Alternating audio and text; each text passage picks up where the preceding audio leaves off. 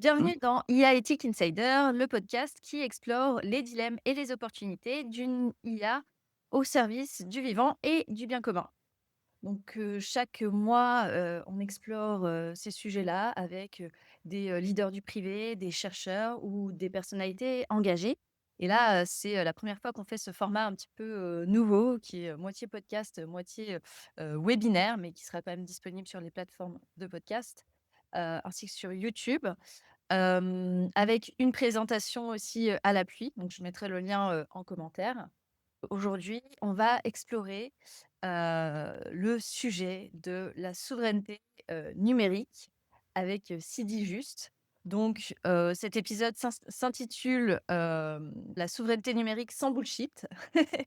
Comment, comprendre, les lois extraterritoriales et comprendre comment elles affectent nos infrastructures et nos données.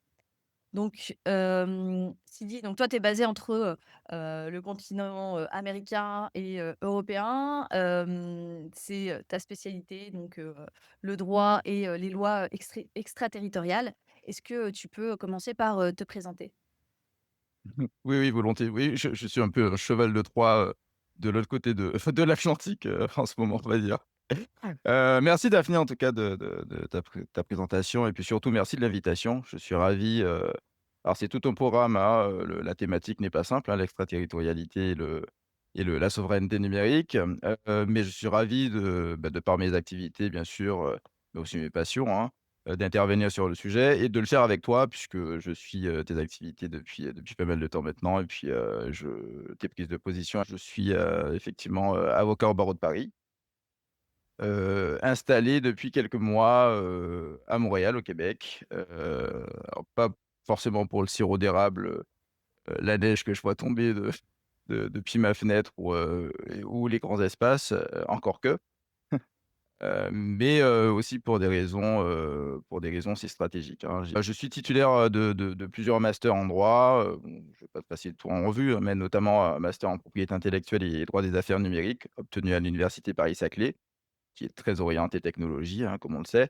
Et j'ai été formé, au sein de cabinets incontournables, en droit du numérique, mais essentiellement alors avec des personnalités très, très reconnues, mais essentiellement des petites structures, ce qu'on appelle des boutiques, un peu dans le métier, où j'ai eu l'occasion très tôt finalement d'être immergé dans les dossiers et d'apprendre, au quotidien avec ces personnalités-là et finalement, bah, les 1ers dossiers que j'ai eu à gérer, il y a un peu plus de 10 ans maintenant, j'ai été dans le bain tout de suite puisque c'était des dossiers en fait de problématiques de données personnelles avant le RGPD, donc j'ai connu le monde d'avant, et déjà des dossiers en fait de transferts transfrontaliers de données, transferts internationaux de données personnelles, entre différents États, pour des entreprises multinationales, des clients multinationaux qui ont, des entités un peu partout et qui se demandaient, bah, quelles sont comment les lois, finalement, cohabitent et il y avait déjà un peu ces questions d'extraterritorialité aussi. Et puis, par la suite, finalement, j'ai évolué, exclusivement dans le numérique, par passion déjà, par passion parce que je suis une sorte de scientifique refoulé.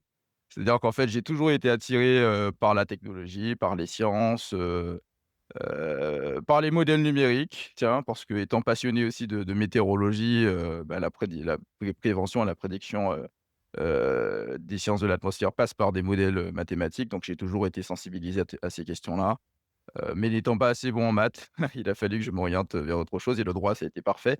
Mais le droit m'est toujours très orienté, vers les technologies, vers l'innovation, ma carrière ensuite a été essentiellement en entreprise, en tant que juriste, d'entreprise, mais qu'au sein d'entreprises de services dans le numérique, où j'ai occupé des postes en fait de responsable juridique, donc au cœur du réacteur, au cœur des Mmh. projets, heu, en immersion avec, pas seulement des juristes, mais surtout des profils, les techos comme on les appelle, hein, ça va des administrateurs système, virtualisation, ingénieurs DevOps et cetera. À travailler au quotidien avec des gens comme ça, en fait, ça permet d'avoir une vraie culture technique, un vrai mindset qui est différent du mindset, classique du juriste et donc ça m'a apporté beaucoup.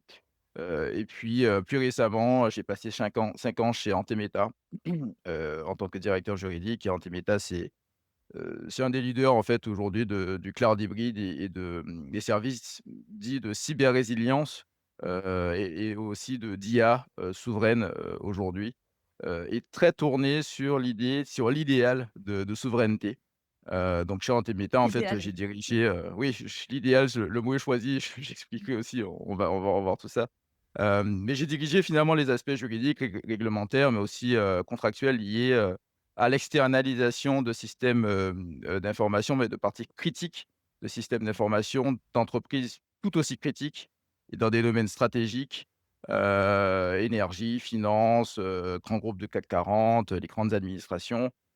Donc souvent, c'est des projets, assez conséquents, hein, sur plusieurs mois, années, à plusieurs millions d'euros, et avec, en plus des couches, réglementaires sectorielles, Mmh. application de DORA dans le monde financier, de diffusion restreinte et cetera, des couches qui se surrajoutent finalement, aux couches réglementaires qui sont déjà très conséquentes en Europe. Donc ça, c'était mon quotidien, et puis ça, c'est surtout ce qui est intéressant, c'est qu'il ne s'agissait pas de faire du cloud pour du cloud, au sens hébergement, juste hébergement pur de données. C'est vraiment des services à valeur ajoutée avec, dimension multi-cloud, d'hybridation, Mmh. de cyber-résilience au sens, toutes les techniques, les solutions qui vont aider, système d'information à se restaurer, à redémarrer après sinistre. Et puis je pense que j'ai toujours voulu finalement, donc pour terminer, donner à mon métier une dimension, stratégique. Donc c'est ce qui m'a conduit finalement au comité de direction dans Temeta. Ce qui est assez notoire pour un juriste finalement d'intégrer un comité de direction, surtout pour une entreprise qui s'est structurée sur 30 ans. Et quand on est au CODIR en tant que juriste, on n'y va pas pour parler, d'évoquer telle ou telle clause de tel contrat, bon, sauf si elle est très stratégique. Non, on y va pour parler stratégie, pour parler stratégie juridique, pour expliquer comment faire du droit, comment faire du réglementaire, un levier, au service du développement de l'entreprise, au service de sa stratégie. Donc ça, c'est très, très important. C'est vrai que j'ai travaillé beaucoup avec, le président d'Antemeta, Stéphane Blanc, qui est une personnalité qui a toujours été poussée sur, la souveraineté technologique. Et donc moi, je lui ai apporté finalement la dimension réglementaire, juridique. Et après bon, ben, après toutes ces années, hein, j'ai voulu voler voler de mes propres ailes, en étant avocat en individuel et accompagner finalement, les clients, au plus près de leurs enjeux, que je maîtrise aujourd'hui, à savoir en matière de cloud, de gouvernance de l'IA, de conformité réglementaire dans le numérique, et aujourd'hui basé à Montréal, où, je suis en cours d'admission au barreau du Québec. Il y a depuis l'arrivée de Trump, le Canada se tourne énormément, tente de diversifier le plus possible ses partenaires d'affaires et Mmh. stratégiques et se tourne énormément, vers l'Europe, vers la France. Donc il y a des Mmh. ponts qui sont en train OK. de se bâtir et je pense que c'est important, en tant qu'avocat, d'être aussi un artisan, d'aider à tisser ces liens et à bâtir des ponts solides. Mmh. Ce qui explique aussi ma présence, au sein des 2. Je garde bien sûr les activités en France, qui sont OK. importantes. OK. Super intéressant. Donc, bah, c'est chouette parce qu'avec, ton expérience, on a vraiment, une vision, on va avoir, une vraie vision de ce qui se passe, sur, le plan juridique parce que, bon, on va en parler un peu plus, mais, c'est vrai que cette notion de souveraineté numérique, c'est un sujet qui est, c'est un terme qui est employé un peu à tort, à travers. Bon, Mmh. on parle souvent enfin, du Cloud Act. On a, vaguement, compris qu'il y avait des sujets de loi extraterritoriale, mais Mmh. aujourd'hui, on va aller beaucoup plus loin pour explorer véritablement, bah, quelles sont, les différentes, lois territoriales, qui pourraient nous affecter et quels sont finalement les différents, niveaux, de, souveraineté. Alors si tu veux bien, partager la présentation, pour, les personnes qui nous auront, en vidéo. Oui, alors, je prends la main. Yes, parfait. Normalement, on est bon. Yes, super. Pour, voilà, rappeler un petit peu le contexte, bon, aujourd'hui, Mmh. c'est un sujet, la souveraineté numérique. On en entend parler un peu, à tort et à travers. D'ailleurs, Mmh. la semaine dernière, il y avait, le sommet, pour, la souveraineté numérique, qui s'est, déroulé, à Berlin, heu, Exactement, oui. avec pas mal d'initiatives, hein, qui sont sorties. Bon, on pourra faire la différence entre les effets d'annonce et Il y en a beaucoup, oui. voilà, la réelle stratégie. Ça, c'est quelque chose c'est un point que je soulève souvent, dans mes contenus. C'est un petit peu cette, schizophrénie, qu'on a en Europe par rapport aux enjeux de souveraineté, numérique. Hem et aussi, bah, ce gros problème qu'on a du, sovereignty bashing, washing pardon, pas bashing, Mmh. mais washing, où, bah, voilà, on met du souverain à toutes les sauces. Est-ce que Sens, les Pas qu'en premiers Europe, hein, oui, d'ailleurs. ouais, nous, Pas on y qu'en est Europe. très exposés, mais Mmh. c'est vrai que, tu vois, nous, on a le sujet des projets Sens et Bleu, le sujet de, Mistral, hein, même, le Mmh sujet mh. de, ben, enfin, voilà, peut-on être vraiment, souverain sur le plan numérique, sur le plan du cloud ou même dans nos usages de l'IA? Donc voilà, Mmh. c'est un peu un mot Extrêmement qu'on complexe, ouais. exactement. Et donc là, on va voir vraiment, la dimension, juridique et légale qui est quand même aussi liée à la technique, d'où l'intérêt aussi, Beaucoup, oui. Mmh. d'avoir quelqu'un d'averti sur les sujets, vraiment techniques et hem et on va définir, d'abord, un cadre clair et rigoureux. On va déconstruire, les idées reçues, parce qu'il y en a Mmh. beaucoup autour, de l'extraterritorialité. On va, essayer de comprendre les risques technologiques et contractuels, qu'on crée actuellement et puis, évidemment, on va finir, sur, les solutions, parce que, tout n'est pas, fichu. Il y a des solutions. Encore faut-il, s'informer et se former sur ces sujets-là. Exactement. C'est très bien dit. Non, en fait, je pense que c'est une bonne chose, finalement, que la souveraineté, soit autant présente dans le débat public aujourd'hui.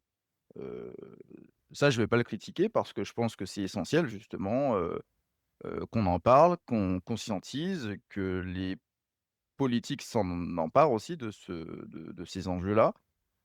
Après, comme toute notion aujourd'hui qui fait un peu le buzz, c'est vrai que, il ne faut pas non plus, que ça tombe dans le flou, dans lequel on est aujourd'hui et que finalement, heu, il y a des mythes un peu, qui ressortent de ce côté trouble, de la notion. En fait, la souveraineté, numérique aujourd'hui, elle est tellement partout, que personne ne sait exactement ce que c'est. Tout le monde a un peu sa propre conception en fonction des pays, en fonction des intérêts aussi, puisqu'il y a des intérêts qui sont, parfois antagonistes, en tout cas qui sont d'importance. Je dirais, pardon la métaphore, mais je dirais que c'est un peu comme le tri sélectif. C'est-à-dire qu'en fait, heu, tout le monde s'accorde sur le fait que c'est essentiel, mais bizarrement, dès qu'il s'agit de mettre en pratique, là ça se complique un peu et puis, il y en a qui commencent à mettre tout dans la même poubelle, Heu, alors métaphore douteuse, hein, parce que je n'irai pas jusqu'à qualifier le cloud public des hyperscalers de poubelle, mais l'idée c'est que voilà, c'est la mise en pratique, qui est la plus complexe, la plus exigeante, et que finalement tout ce flou finit par un peu décrédibiliser, la notion de souveraineté.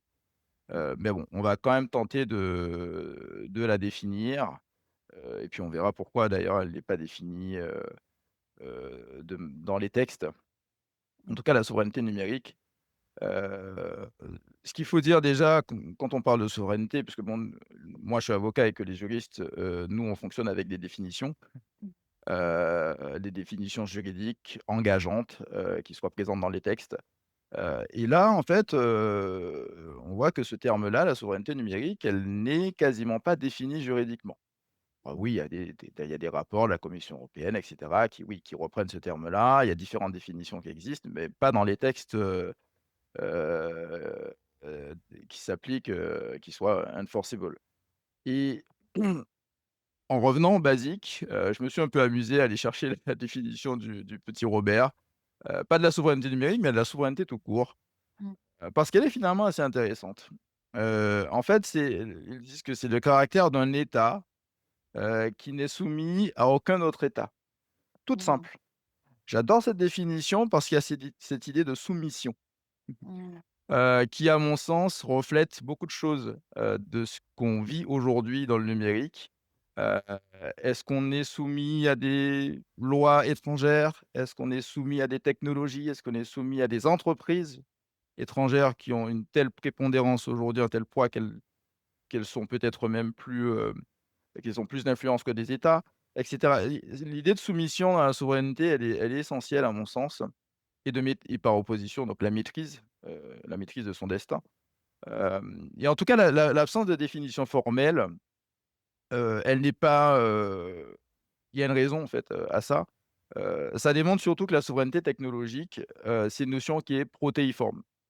C'est-à-dire que c'est une notion qui a des dimensions stratégiques, des dimensions géopolitiques, économiques bien sûr, réglementaires, juridiques, et que finalement c'est plus que je parlais tout à l'heure d'idéal, c'est plus un objectif à atteindre, qu'une réalité juridique.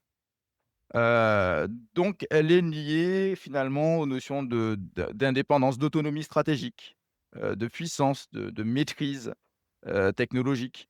Donc il y a énormément de grilles de lecture différentes, et comme c'est pas formellement défini, bah, on tend à y mettre, on y met un peu ce qu'on veut. Mmh. Donc en fait, c'est disons les choses, c'est un peu open bar pour beaucoup d'acteurs effectivement aujourd'hui qui l'ont compris et qui se sont, un peu invités au buffet de la souveraineté, et certains beaucoup par opportunisme, là on est là pour se dire les choses, et puis d'autres par réelle conviction. Mais c'est vrai que c'est devenu un concept marketing avec, des offres packagées, et puis tu le disais tout à l'heure, même les hyperscalers US se sont mis à la souveraineté, ils en sont aujourd'hui les ambassadeurs. Donc il y a un côté un peu paradoxal. En Europe, je précise, hein, en Europe aussi. Les Pas qu'en projets Europe, pas qu'en Europe, justement. mais Au aux États-Unis. Aujourd'hui où je suis basé au Canada, je peux dire qu'ils sont également très présents sur le volet, souveraineté aujourd'hui. Parce que c'est un marché en fait aujourd'hui. C'est un Mmh. marché donc ce sont des entreprises très agiles aussi qui ont énormément de moyens, donc ils s'adaptent aussi, aux évolutions du marché, aux attentes des besoins des clients qui eux aussi commencent de plus en plus à réfléchir à ces questions de souveraineté. Je prends Google Cloud par exemple, ils ont des offres dédiées sur la souveraineté, ils ont investi des milliards, dans des data centers en Europe, Mmh. physiques, localisés, sur nos territoires, qui ont laissé penser à tort l'idée que le fait que les données étaient hébergées, physiquement, Ouais. hem, sur nos Ça nous éclaire territoires, là-dessus, ouais, voilà, c'est plus important. exactement, qu'elles étaient immunisées, voilà, de l'application de ces lois, extraterritoriales. Hem Mais bon, en tout cas, au-delà de ce côté fourre-tout, on voit quand même que la notion devient de plus en plus concrète et assumée, en France, en Europe et ailleurs. Au Québec, par exemple, où je suis installé aujourd'hui, c'est un sujet qui est devenu prépondérant. Il y a quelques jours, il y avait le premier ministre McCartney qui faisait de la souveraineté, en fait, des données, une des priorités nationales. Projet stratégique au même titre que les lignes, à grande vitesse, l'énergie verte et cetera. Tu l'évoquais tout à l'heure, il y avait un sommet France-Allemagne la semaine dernière, où la souveraineté numérique, était au centre des débats. Il y avait quand même le président Macron, il y avait le chancelier allemand. Il y a une chose qui est assez drôle d'ailleurs, c'est que le chancelier allemand, dit la semaine dernière qu'il considérait jusque-là que la souveraineté, c'était un concept plutôt français. Mmh.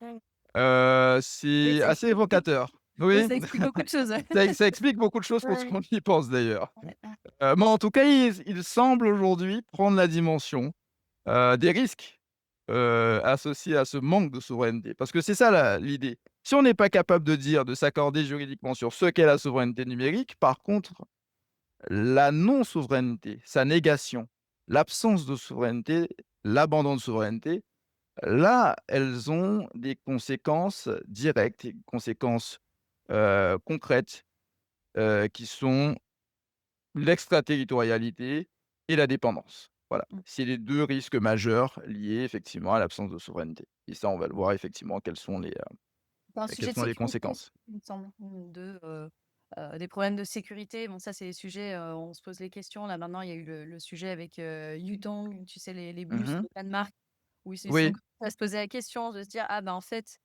qu'est-ce qui se passe? Est-ce qu'on peut pas avoir un mode dégradé pour le fonctionnement, de nos bus qui, bien sûr. fonctionnent, tu vois, avec des SIM, enfin, et du matériel, chinois?» Mmh. Et on a pas mal, effectivement de sujets, aussi, certaines infrastructures ou des grosses boîtes Mmh. françaises, dont, Mmh. les suites sont, américaines, hein, opérées par des Mmh. Américains, Là où on a vu que, Microsoft avait déjà, fait appliquer des sanctions, et des Mmh restrictions sur des comptes, heu mh. sous prétexte de, désalignement, politique. Donc c'est des restrictions Totalement. réelles. On va y revenir tout à l'heure d'ailleurs, c'est oui, oui, bien sûr. Bah, quelque part, ça va avec la dépendance, mais c'est effectivement les risques de perte de maîtrise et d'intégrité et de disponibilité des données, des systèmes d'information. Mais c'est dû aussi à la dépendance et le fait de mettre tous ses œufs dans le même panier, de dépendre d'un certain nombre d'acteurs, qui pour X raisons, soit pour raisons techniques, soit pour raisons aujourd'hui politiques, Mmh. peuvent, verrouiller l'accès à des services ou autres. Mmh, Mmh mh. OK. exactement. Et donc il y a un certain nombre de mythes qui circulent effectivement, autour de la souveraineté, autour de l'extraterritorialité aujourd'hui qui est une notion, relativement complexe. Heu, alors, comme je disais, les juristes on aime bien définir. Bon, en 2 mots, hein, l'extraterritorialité, il y a une définition que j'aime bien, qui est, puisqu'il y en a plusieurs, mais, qui est celle de la Commission européenne,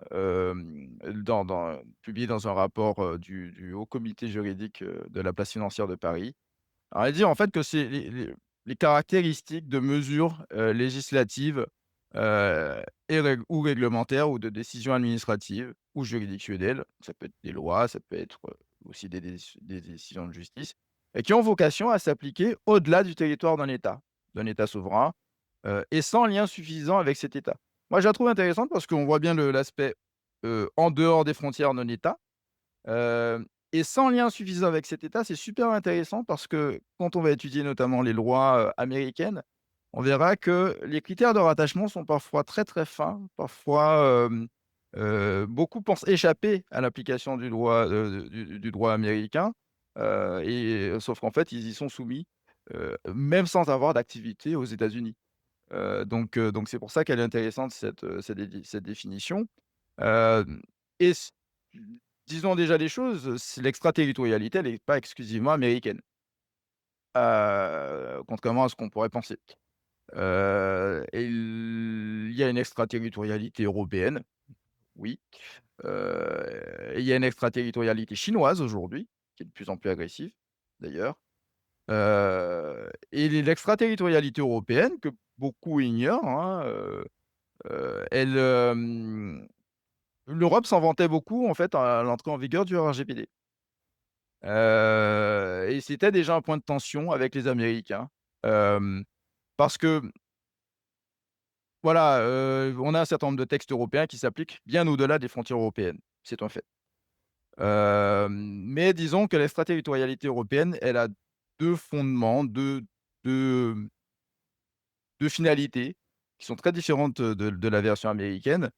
C'est d'abord une visée protectrice, et ensuite elle est aussi offensive. Protectrice, qu'est-ce que l'Europe tente de protéger avec des lois qui s'appliquent, au-delà de ses frontières?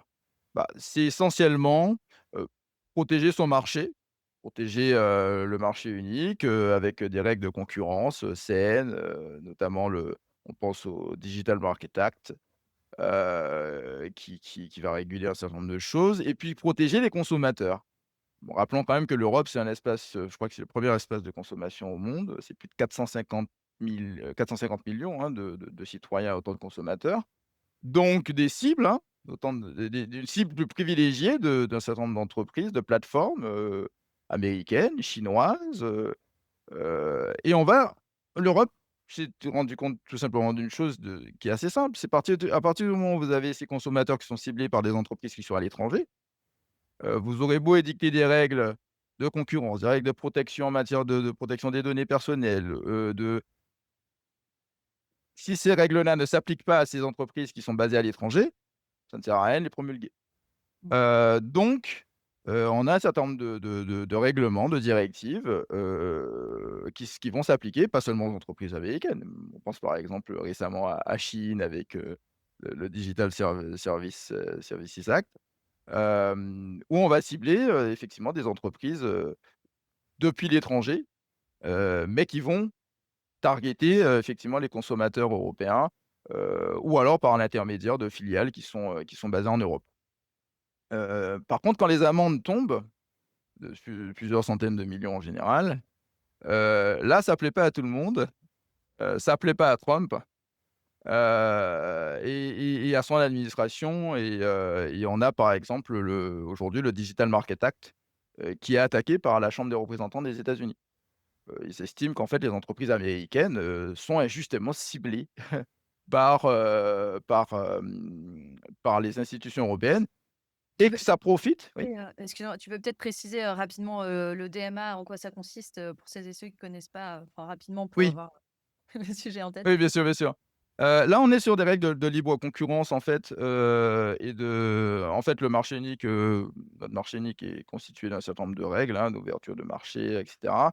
Le DMA tend, en fait, à restaurer une concurrence saine au sein de l'Union, mais surtout à faire en sorte que les grandes plateformes, qui sont souvent en situation de monopole, d'abus de situation de situation dominante et cetera, soient soumises à des règles pour assainir le marché et faire en sorte de limiter un peu, leur effet dominant effectivement sur le marché.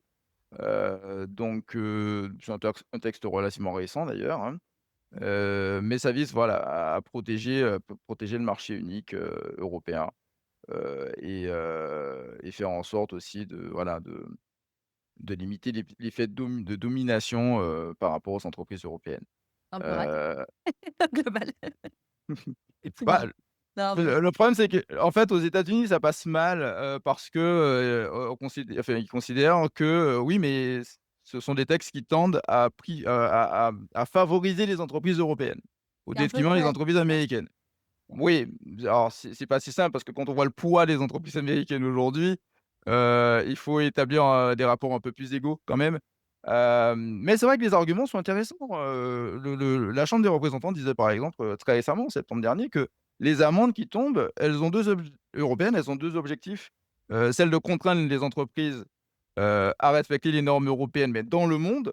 Mmh. Elles disent: «Oui, mais vous édictez vos normes, elles devraient s'appliquer qu'en Europe parce que vous établissez des sortes de standards qui s'appliquent dans le monde entier», et d'imposer une taxe européenne aux entreprises américaines. Alors ça a Ouais. vraiment du mal à passer. Et puis on a la Federal Trade Commission qui a adressé un courrier, ça c'est très intéressant, aux géants de la tech, en octobre, pour leur dire de résister face à l'application d'un deuxième texte, c'est le Digital Services Act, dont on sait qu'il, s'applique aux plateformes, type Meta et autres, et que, heu heu, les Américains considèrent que ce sont des textes qui sont liberticides. En fait, la commission a demandé aux entreprises de résister, et en rappelant quand même, l'importance de la liberté d'expression aux États-Unis et en faisant référence au premier amendement de la Constitution américaine. Donc on voit bien la querelle de normes en leur disant: «Vous n'appliquez pas ces textes, parce que nous, chez nous, vous restez des entreprises américaines et chez nous, on a quand même un amendement de premier amendement de la Constitution, liberté, droit d'expression et cetera». On voit bien qu'il y a une querelle de normes. Heu, Peut-être, 2 mots sur le DSA du coup, puisqu'on l'a fait pour le DMA. mmh, En 2 mots, en quoi ça consiste? le Digital Services Act, va, cibler les grandes plateformes, du numérique, les grands réseaux sociaux, les voilà, Meta et autres. Parce qu'on a tout simplement, considéré que ces plateformes-là, aujourd'hui, sont devenues des médias à part entière, et que, toutes nos règles protectrices, en Europe qui ne s'appliquaient pas à ces plateformes-là, doivent les contraindre également, pour respecter un certain nombre de principes liés à la démocratie, à nos démocraties tout simplement. Mais des règles qui viennent se quereller, surtout avec l'administration de Trump, libertarienne, heu, ce qu'on a pu voir, hein, des ingérences, dans certains processus, démocratiques, électoraux et cetera. Donc c'est un texte assez complexe, hein, d'ailleurs, qui lui aussi est relativement récent, mais qui a une influence, certaine quand même parce qu'il contraint quand même les grandes plateformes aujourd'hui à élaborer quand même, enfin revoir leurs pratiques, quand ils s'adressent, en tout cas, à des consommateurs européens. Mmh. OK. Et donc tu disais donc, on a aussi, on fait aussi cette erreur de croire que, ce phénomène de l'extraterritorialité et de se rebeller un peu contre, ces lois européennes, est apparu avec Trump, mais qu'au final, c'est plus, il fait preuve d'énormément de fermeté là-dessus et il inscrit ça aussi, dans, tout un bras de fer qui est aussi, économique et géopolitique. Mais finalement, bah, tout ça, ça existe depuis plus longtemps. C'est juste que c'était un sujet un peu dormant parce qu'on partait du principe qu'on n'était pas, embrouillé avec les Américains finalement et Ouais. qu'aujourd'hui, maintenant que, il y a plus d'amitié, il y a que du business, entre guillemets, hein, parce qu'on a été assez naïfs pour se dire: Mmh. «Bon, ils vont rester comme ça éternellement, pour la beauté du geste». Là maintenant, il y a plus d'agressivité de la part des USA sur ce bras de fer, des lois extraterritoriales, quoi. Mmh. Totalement. En fait, elle n'est pas du tout apparue, avec Trump. C'est exacerbé effectivement, hein, c'est amplifié.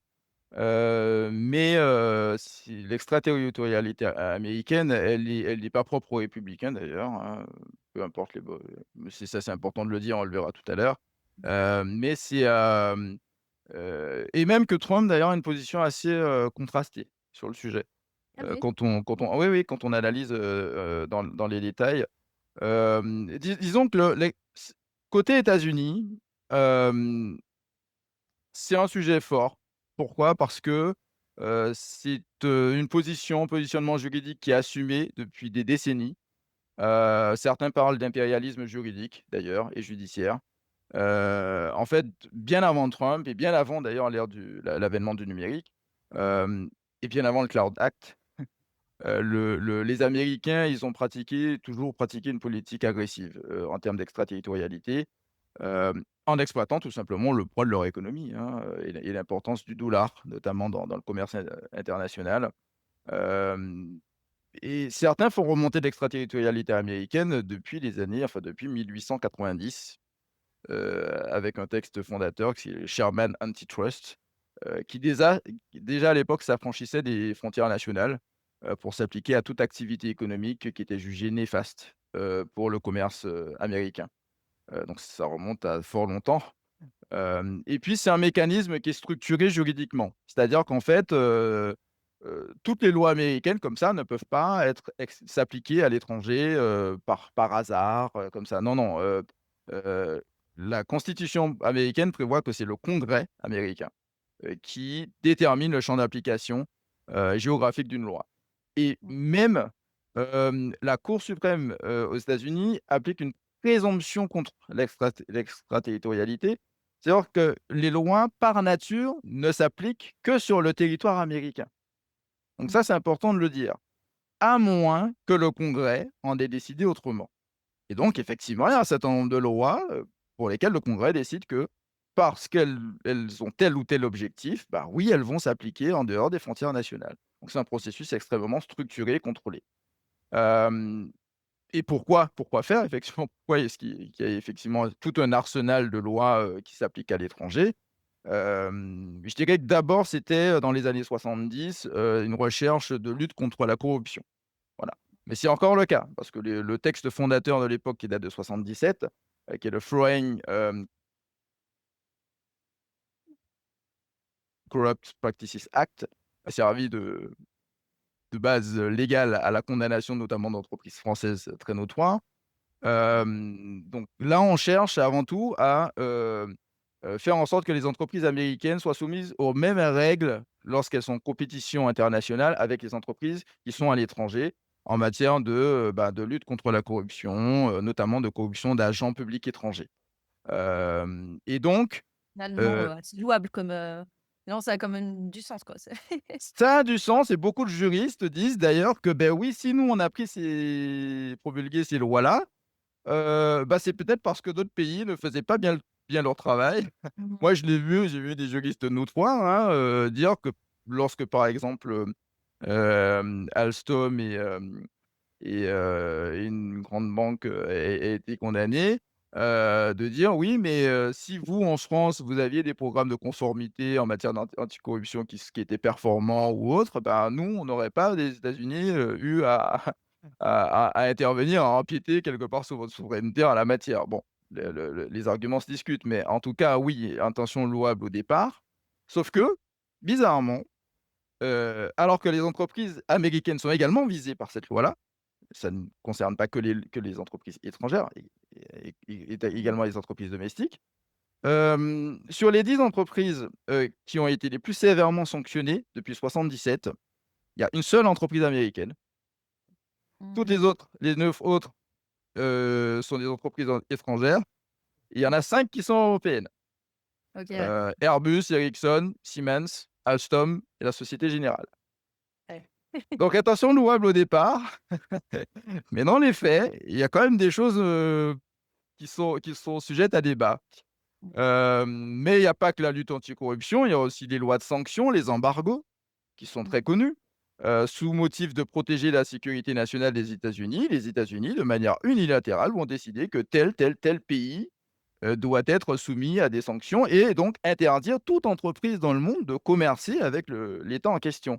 Il faut savoir que depuis 40-50 ans, il y a eu Cuba, il y a eu l'Iran, la Libye et cetera, où toute entreprise, pas seulement américaine, toute entreprise dans le monde, a une interdiction de commercer avec ces pays-là. Mais, si la base légale, là encore, c'est une décision unilatérale. C'est-à-dire que ça ne repose pas, la plupart du temps, sur une résolution du Conseil de sécurité de l'ONU. Imagine la France, dans son coin là, qui décide que tel pays, menace la sécurité nationale française, donc toutes les entreprises à l'étranger, ont interdiction, sous peine de sanction, de commercer avec le pays en question. Ce serait juste inenvisageable. Bah, c'est Mmh. exactement ce que font les États-Unis depuis, plus de 50 ans. Et ce qui est notoire, c'est qu'on vise à empêcher les entreprises américaines, ce qui est normal, mais également toute entreprise étrangère, comme je disais, et même sans lien direct avec les États-Unis. Mmh. Et donc, c'est là où on parle des critères de rattachement. Qu'est-ce qui fait qu'une entreprise étrangère, peut être rattachée à ces lois-là, ces interdictions-là? Ben, c'est l'utilisation, du dollar dans les transactions, sauf que le dollar aujourd'hui, il y a une hégémonie du dollar, dans les transactions internationales. Le recours aux services, bancaires américains ou Mmh. de banques même étrangères, mais, basées aux États-Unis. La cotation à la bourse de New York. Mmh. Ou l'enregistrement de données sur des serveurs américains, même à l'étranger. Les critères de rattachement sont très, très, très, très larges. Est-ce que les notions d'utilisation de standards, par exemple, je sais pas, genre, mettons, tu sais, dans le bancaire, tu as les standards, CEPA et cetera, enfin, ou même de Typiquement, protocoles, peuvent rentrer dans les critères de rattachement? typiquement, Ouais. ça a été sujet à débat. Ouais. C'est pas pour rien que on entre un peu dans le politique, mais c'est quand même pas pour rien qu'il y a des mouvements alternatifs, notamment les BRICS, autres, qui tendent à remettre en cause l'hégémonie du dollar. Et Trump l'a bien senti d'ailleurs. Quand je disais qu'il a une position un peu ambivalente par rapport à l'extraterritorialité, on va y venir parce qu'il et c'est il l'a bien senti. Et donc voilà, il y a tout un tas de sujets là comme ça depuis les années 70, qui sont soumis à des lois extraterritoriales extrêmement fortes. Je pense aussi par exemple au contrôle des exportations. Tous les juristes qui travaillent sur des contrats internationaux ont tous vu des clauses à rallonge dans les contrats. Donc c'est très concret, hein, avec des mesures dites export control, où le président des États-Unis, en fait, il a le droit d'interdire les exportations de produits, de matériel, de logiciels, tiens, américains qui sont susceptibles de compromettre la sécurité nationale. On parle souvent des biens à double usage, usage civil, usage militaire, mais c'est très, très large. C'est-à-dire qu'en fait, on ne parle pas seulement de biens, qui sont fabriqués, sur le territoire américain. On parle de biens qui sont fabriqués également en dehors du territoire américain et même ceux qui vont utiliser des techniques, des technologies, des procédés, des logiciels américains pour leur conception, même à l'étranger. Mmh. Sauf qu'aujourd'hui, aller trouver un bien, enfin, technologique qui n'utilise pas ne serait-ce qu'un logiciel américain, dans sa conception. Donc c'est difficile d'échapper là encore à ces mesures de contrôle des exportations, et sous couvert de préserver la sécurité nationale des États-Unis, mais c'est un critère qui est très, très, très, très large, la sécurité Mmh. nationale des États-Unis et même qu'aujourd'hui, depuis Trump, on voit qu'on tend plus, à dériver sur des intérêts économiques. Nvidia on a un peu fait les frais d'ailleurs, avec Trump, par Mmh. rapport à la Chine. On a vu, sur les différents modèles de puces. contrôle aux exportations et le PDG d'NVIDIA disait: «Oui, mais moi je suis aussi là pour faire du business, moi le marché chinois je peux pas me le fermer» et Trump il dit: «Ah non, non, non, tu leur vends tes modèles les plus anciennes puces les moins performants, mais les plus performants tu les gardes pour toi» et il y avait une querelle là pendant des mois qui était super intéressante. Bah, voilà, contrôle aux exportations. Et donc c'est extrêmement concret et ce qui est intéressant aussi par rapport à ces lois-là, c'est aussi le régime de sanctions. On n'est pas dans le cadre d'un tribunal, comme on connaît, où une entreprise va être représentée, avec des débats, à huis clos et cetera, au tribunal de commerce. Non, non, là, on est dans le cadre de procédures dites négociées, où tout est fait pour inciter, les entreprises, qui ne respecteraient pas ces textes-là, soit à se dénoncer elles-mêmes, en tout cas à coopérer pleinement, oui, les procédures de whistleblower et cetera. Donc de coopérer, de remédier rapidement aux irrégularités, pour bénéficier de réductions, des amendes qui peuvent aller jusqu'à 50. Donc la Mmh. plupart des entreprises qui sont poursuivies coopèrent. Mmh Sauf que coopérer, ça veut dire quoi? Ça veut dire transmettre toute une tonne d'informations sensibles sur l'entreprise, qui sont souvent protégées par les secrets d'affaires. Les flux financiers, commerciaux, les fichiers clients, tous les comptes, tous les livres comptables de l'entreprise sont transmis dans le cadre de ces, procédures-là.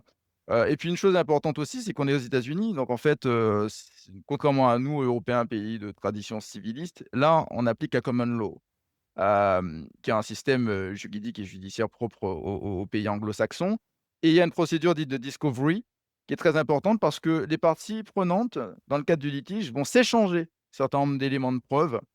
Et c'est extrêmement intrusif, parce que les tribunaux américains, dans ce cadre-là, et ben, ils vont demander aux entreprises étrangères de se transmettre des informations, des documents, comme je disais, qui sont très, très stratégiques et intrusifs. Et il y a eu des scandales, quand on pense, par exemple, à Alstom en 2014, qui a été poursuivi, qui a finalement négocié une amende de 772, millions, de dollars. Normalement, c'était beaucoup plus. Mais comme par hasard, pour une affaire de pot de vin, je crois, à l'étranger. Mais comme par hasard, quelques mois plus tard, 70 des activités, énergie d'Alstom ont été cédées à General Electric. mh.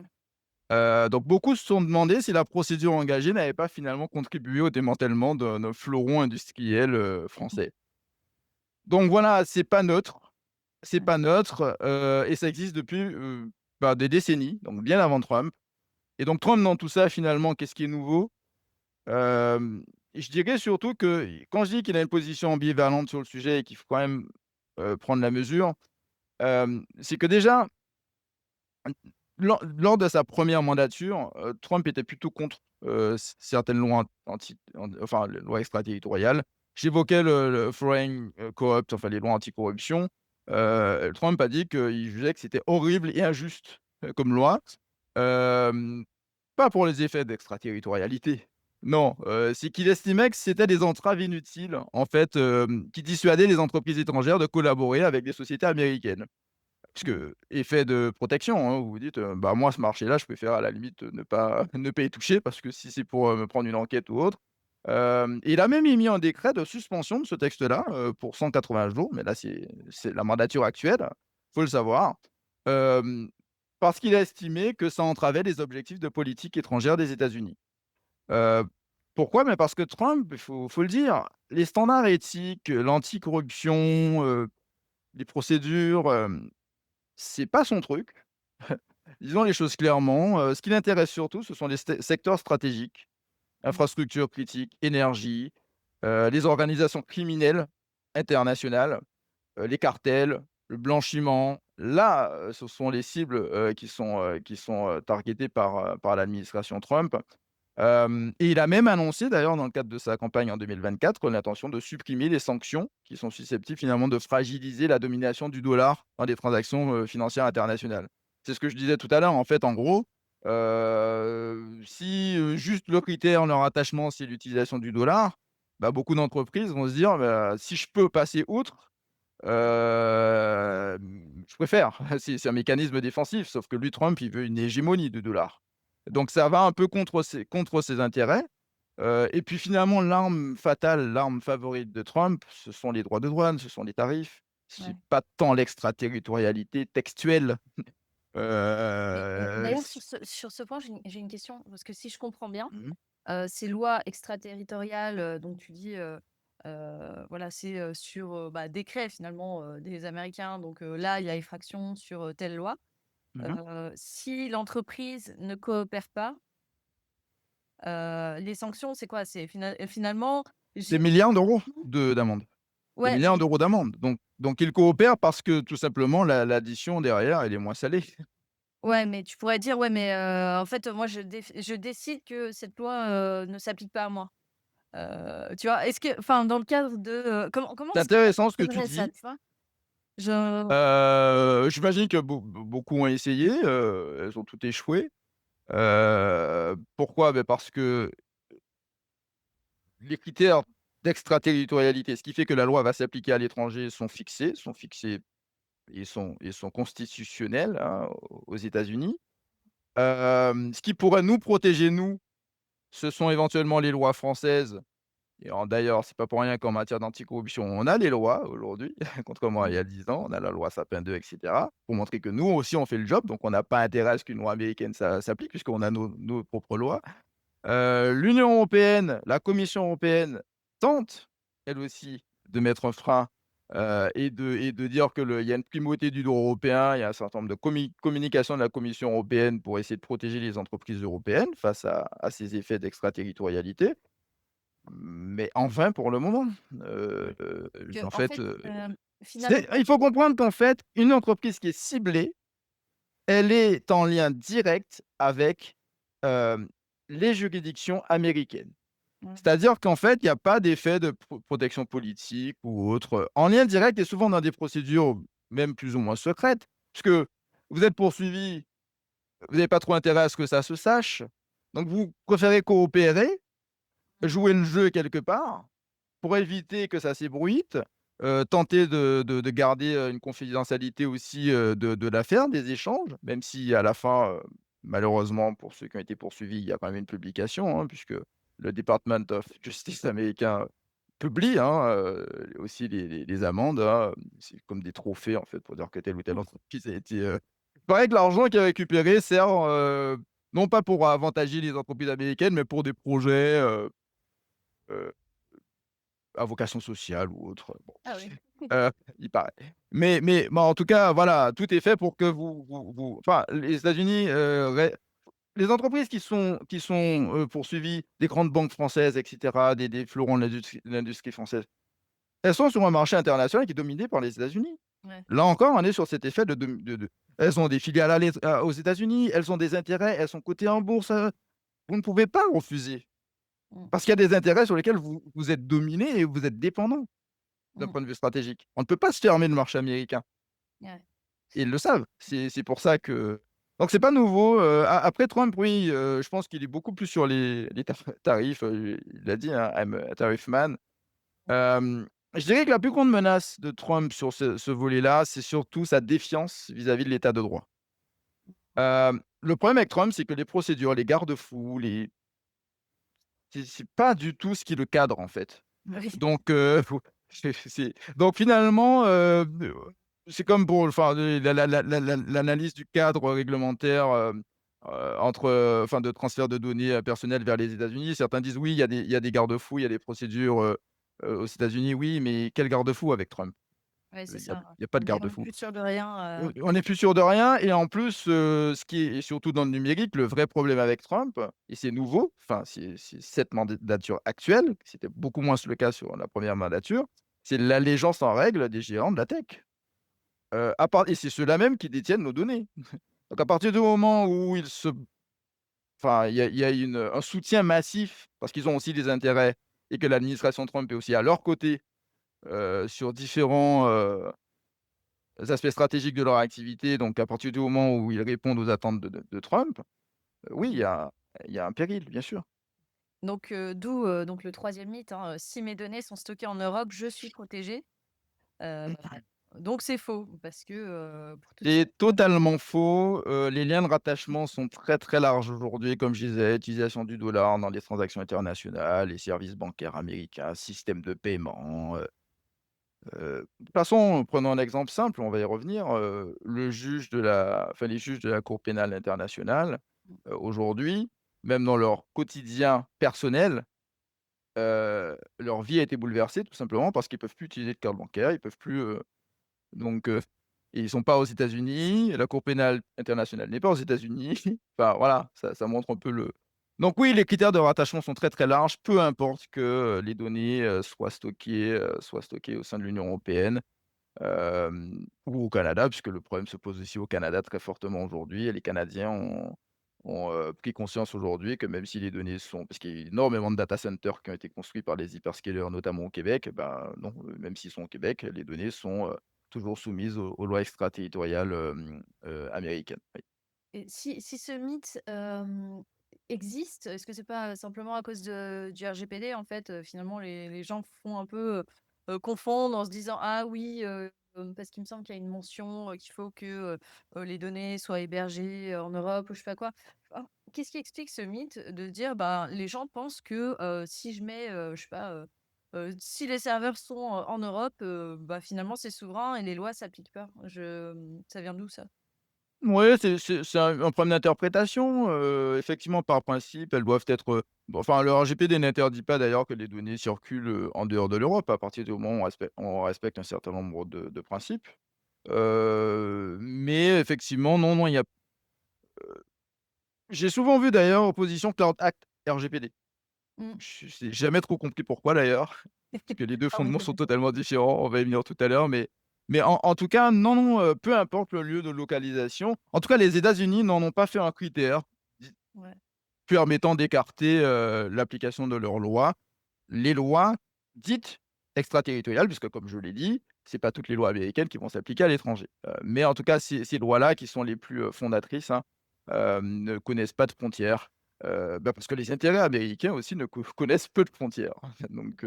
Donc ils se sont dotés d'un arsenal juridique qui va aussi avec la politique, Mmh. qu'ils ont, depuis des décennies. Mmh. Et est-ce que tu as un exemple d'un cas où, il y aurait eu, débat sur, la primauté de la loi applicable? Tu vois? Pour, un cas où tu te dis: «Bah, non, en fait, là, ça aurait pu être, plutôt de la loi extraterritoriale américaine» ou, bah, en fait, non et ce serait finalement un bras de fer, sur, quelle loi, doit primer? Ça arrive très souvent. Ouais. Ça arrive très souvent et d'ailleurs, quand on fait, dans le cadre de l'application du RGPD, on fait souvent ce qu'on appelle des analyses d'impact, Mmh. soit en termes de risque, de protection des données personnelles, ou de ce qu'on appelle les transfer impact assessment, c'est les analyses d'impact en matière de transfert de données, à l'étranger. Mais quand on dit transfert de données à l'étranger, c'est pas forcément envoyer des paquets de données de la France vers l'étranger, c'est juste même des données en France, mais en utilisant des services, par exemple, américains, hein, on est déjà dans le cadre de transfert. Souvent se pose la question, oui, on a des lois qui se querellent, des lois, bah, des règlements européens, par exemple, des dispositions du RGPD qui vont se quereller avec, des risques potentiels de lois, américaines, par exemple. Ça arrive très souvent. Les grilles de lecture sont relativement complexes. La Commission européenne, dresse souvent des analyses et des guidelines, en la matière. Le problème derrière, surtout, c'est entre l'interprétation de la Commission, entre l'interprétation de la Cour de justice de l'Union européenne entre l'interprétation des Américains eux-mêmes, Mmh. qu'est-ce qui prime? Et là-dessus, ça reste assez, on est sur des sables mouvants. Parce qu'il y a des cas où effectivement, oui, oui, enfin on a vu effectivement, et c'est pour ça qu'il y a une opposition RGPD Cloud Act, on l'a vu effectivement qu'il y a des dispositions du Cloud Act qui viennent quereller des dispositions du RGPD. Et donc Mmh. dans certains cas, mais je ne l'ai pas forcément vu en jurisprudence, mais dans certains cas, on se demande, oui, à quelle injonction obéir? Est-ce qu'une Mmh. entreprise française, par exemple, doit, enfin, en tout cas, oui, dans tous les cas, il faut résister, il faut, appliquer notre droit européen, sur notre sol. Là encore, c'est des questions de souveraineté. Mais ça ne veut pas dire qu'il y a pas un risque effectivement qu'une des lois américaines, vienne s'appliquer, dans tel ou tel cadre. Et là, c'est à la Commission européenne effectivement de trancher, mais oui, le cas arrive, bien plus souvent qu'on ne le pense, mais les réponses ne sont jamais évidentes, en fait. OK, ouais. J'imagine que c'est ça qui te ça te donne beaucoup de travail aussi, C'est voilà, ça fait de faire partie de ton mieux. effectivement des moments où on ne s'ennuie pas dans le métier. OK. Alors si on passe maintenant, aux principales, enfin voilà, là on en a 3. Il y en a peut-être d'autres aussi, C'est supplémentaires, tu veux ouais, c'est les plus importantes, effectivement, on a vu, bon, on a déjà vu, hein, tout à l'heure qu'en tout cas, il y a tout un arsenal juridique, de lois extraterritoriales, et bien avant le numérique et bien avant Trump, hein, qui s'appliquent toujours. Maintenant, effectivement, on a un certain nombre de lois qui sont propres, au domaine numérique, qui sont un peu plus récentes aussi et qui vont nous intéresser parce que ce sont, les lois en matière de collecte effectivement et de surveillance, dans le cloud, mais pas que. En fait, on a, heu, je pense que le 11 septembre a été un effet, il y a eu un vrai changement de paradigme, suite au 11 septembre. Même si c'est vrai que, les 1 dispositions datent finalement des années 70. En tout cas, je commence pas par le Cloud Act, par le pas par le oui, par le Cloud Act, pardon, puisque c'est un peu le plus connu, mais je vais en parler finalement en dernier. C'est volontaire. L'idée, c'est de dire déjà que, je pense que la disposition, enfin la loi la plus, qui est la plus grande source de risque aujourd'hui pour les entreprises européennes, elle est assez ancienne finalement, elle date de 1978, mais elle a été réformée, par la suite. C'est le FISA. Ça, c'est la loi la plus importante à mon sens à retenir, c'est le Foreign Intelligence Surveillance Act, de 78 qui a été revu, successivement, notamment en 2008 et 2022, qui a été étendu, tiens, en 2022 sous l'administration Biden. Quand je disais que, il faut se méfier, que c'est pas qu'une question de Trump, c'est pas qu'une question de républicains, même quand les démocrates sont au pouvoir, on donne, aux agences de renseignement américains des pouvoirs qui sont très, très étendus. Donc ça, c'est important, de l'avoir en tête. C'est une loi qui bon, elle a été promulguée, en pleine guerre froide, hein, à l'époque, donc il s'agissait déjà de surveiller des cibles étrangères, de faire du renseignement étranger. Bon, aujourd'hui, le monde a changé, s'est complexifié, donc on a étendu finalement les moyens de surveillance, mais hem, disons que cette loi-là contient un article, une section, la section 702, qui autorise en fait, les agences de renseignement, NSA, FBI et cetera, à opérer une surveillance ciblée sur des personnes ou des entreprises qui sont situées à l'extérieur, du territoire national, enfin du territoire des États-Unis. Motif très large, renseignement étranger. Donc, on n'a pas un critère très, très restrictif, on est typiquement sur du renseignement, et concrètement, la NSA, elle peut ordonner à un cloud provider, américain de cibler et de transmettre, des données relatives effectivement à une personne, à une entreprise, une administration, un gouvernement, tiens, hem, dans le cadre d'une requête qui est secrète, ça il faut Mmh. le savoir. Ce qui fait que les cibles, vous êtes ciblés, vous n'êtes pas au courant que vous êtes ciblés. Mmh. Donc certains disent, et notamment même le tribunal, de l'Union européenne, suite à une requête du député Latombe, disent: «Oui, mais il y a quand même des garde-fous, il y a des procédures, des garanties procédurales». Oui, mais pour les exercer, encore faut-il être au courant, être avisé Mmh. qu'on est la cible, de surveillance.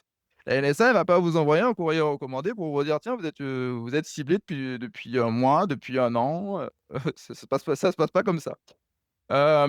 Et donc, hem, en fait, il y a pas vraiment de garde-fou, et les fournisseurs de services qui sont sous le champ d'application de cette loi-là, sont tellement larges. On parle dans la loi d'Electronic Communication Service Provider, hem et donc c'est des fournisseurs de cloud, mais pas que. En fait, Mmh. c'est toutes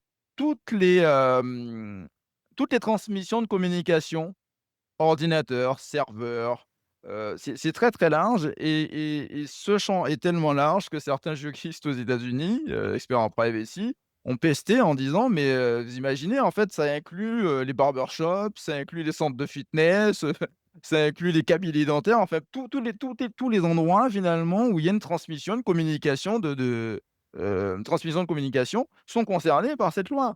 Mmh. Donc il faut restreindre, sauf que non, non, l'administration Biden a étendu ces critères-là, ce qui fait que bien sûr, oui, les services de cloud sont soumis à cette loi, et doivent communiquer, doivent assister, donner une assi ce sont les termes, hein, donner une assistance technique, aux agences de renseignement pour leur permettre effectivement d'opérer cette surveillance, sur des cibles à l'étranger, à partir de cloud US, voilà.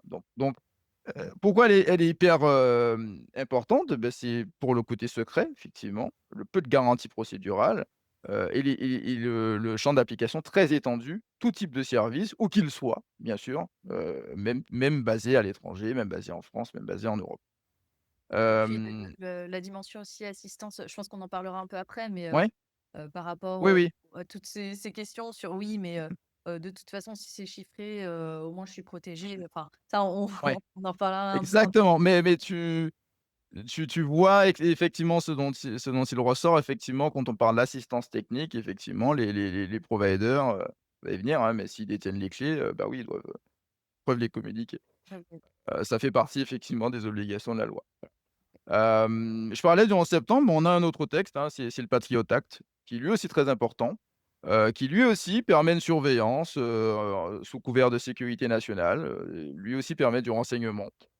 Sauf que là, la différence avec le FISA, c'est qu'on n'est pas dans le cadre d'enquêtes secrètes ou autres, heu, c'est les tribunaux américains. On est dans une procédure judiciaire et c'est les tribunaux américains qui vont demander à des entreprises étrangères de transmettre des données effectivement aux autorités policières, dans le cadre d'enquêtes. Donc quelque part, c'est très intrusif, mais on est quand même dans le cadre d'une procédure judiciaire. Et même d'entraide judiciaire entre les autorités, qui sont signataires, effectivement d'accords judiciaires avec les États-Unis. Donc le Patriot Act a beaucoup été critiqué parce qu'effectivement, à la suite du 11 septembre, on était vraiment sur, les motifs d'antiterrorisme et cetera. Et évidemment, avec les années et avec les effets de Bush fils, ça a été étendu, donc on a vu qu'il y a eu beaucoup de dérives, mais on reste quand même dans le cadre de procédures judiciaires, contrairement au FISA. Et puis, ben, oui, ce fameux Cloud Act, qui est la mesure phare, bon, elle est récente, elle date de 2018. C'est pas qu'elle soit pas dangereuse, c'est que en fait, déjà, il faut comprendre, le Cloud Act, c'est quoi? C'est Clarifying Lawful Overseas Use of Data. Mmh. Moi, quand je vois lawful, quelque part, en tant que juriste, je suis presque un peu rassuré. Parce que pourquoi je dis ça? Bon, ça va être polémique, mais pourquoi je dis ça? Mais parce que le Cloud Act vise finalement à clarifier des mesures qui se faisaient déjà, mais leur donner une base légale, leur donner un cadre légal, juridique, même judiciaire. Contrairement au FISA, où là encore, comme je disais, on était dans le cadre d'actes de surveillance de la NSA et cetera. Non, non, là, le Cloud Act, on va clarifier les règles d'utilisation, des données qui sont détenues par des, providers américains à l'étranger. Alors oui, à l'étranger, overseas. Ça choque. Et effectivement, avec raison. Ce qu'il faut comprendre, juste en une minute, le Cloud Act est arrivé à un moment particulier. Il y avait une affaire importante, avec Microsoft, où en fait, il y a le texte qui est un peu l'ancêtre du Cloud Act, qui est le Stored Communications Act de 86.